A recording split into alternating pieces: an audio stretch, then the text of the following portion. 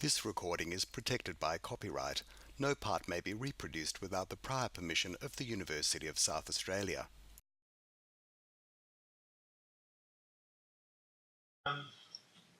Timber nail plate roof trusses.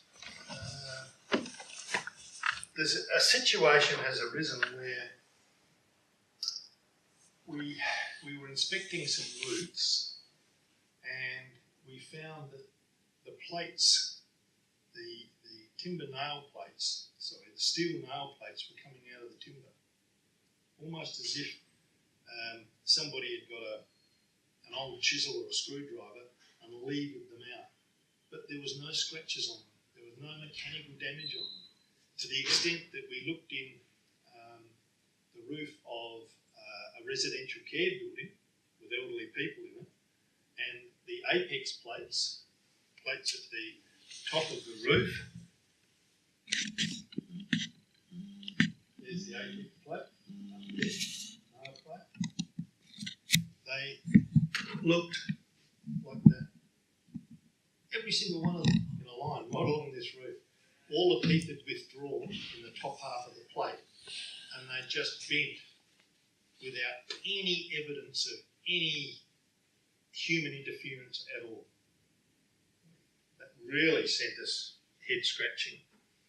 And what we've found out after a fair bit of research and talking to some PhD people at CSIRO Hyatt in Victoria, where they play around a lot with timber nail plate trusses and timber per se, was that there's this effect that's called a mechanosorptive effect.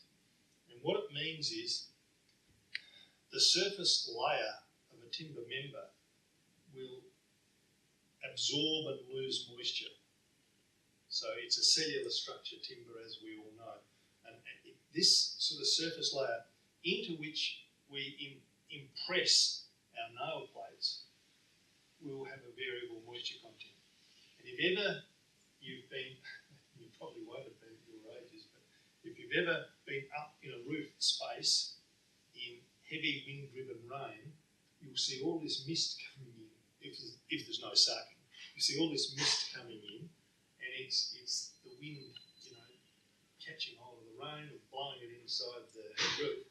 And normally it just gets caught on the insulation and it evaporates over time due to the air leakiness of tiles. And you think to yourself, yeah, there would be a high humidity environment at times of wind-driven rain. And then you try and get in one on a day when it's 40 degrees outside, and inside the roof could be 85 degrees. You'd cook an egg up there. You can't bear to be in there for very long. And you suddenly get this feeling that the timber could be bone dry or it could be quite moist. And the mechanosorptive effect is like a squeezing effect due to that change in moisture over the seasons, we think, that is causing plates to peel out. And the nail plates, the critical joints are obviously the heel joint. That's where your maximum forces are. The apex, not much force up there, and that's why we sort of thought, it's really weird that they're peeling off. But my son's the first fix carpenter, and I've had him fixing lots of these up and taking photos for me, because he's young and fit and can crawl around in roofs, and he pulls tiles off to get in and climbs in and takes these photos. A lot of these plates, and sometimes even a splice plate in the bottom where two pieces of timber are butt jointed, have been sitting on the ceiling. Hello. And yet over all these years of modern times, from the late 60s onwards, councils have been so insistent on inspecting footings and having engineers provide certificates for the pour of concrete footings. The real danger in residential building is above our heads, because we've got a ceiling line in there and we can't see. At least with a footing, you can see your building cracking and you get a visible manifestation of the damage. But how do we know that plate up there is not sitting on the ceiling line? We don't, simply. So what councils have introduced now is that if you put plans in for alterations and additions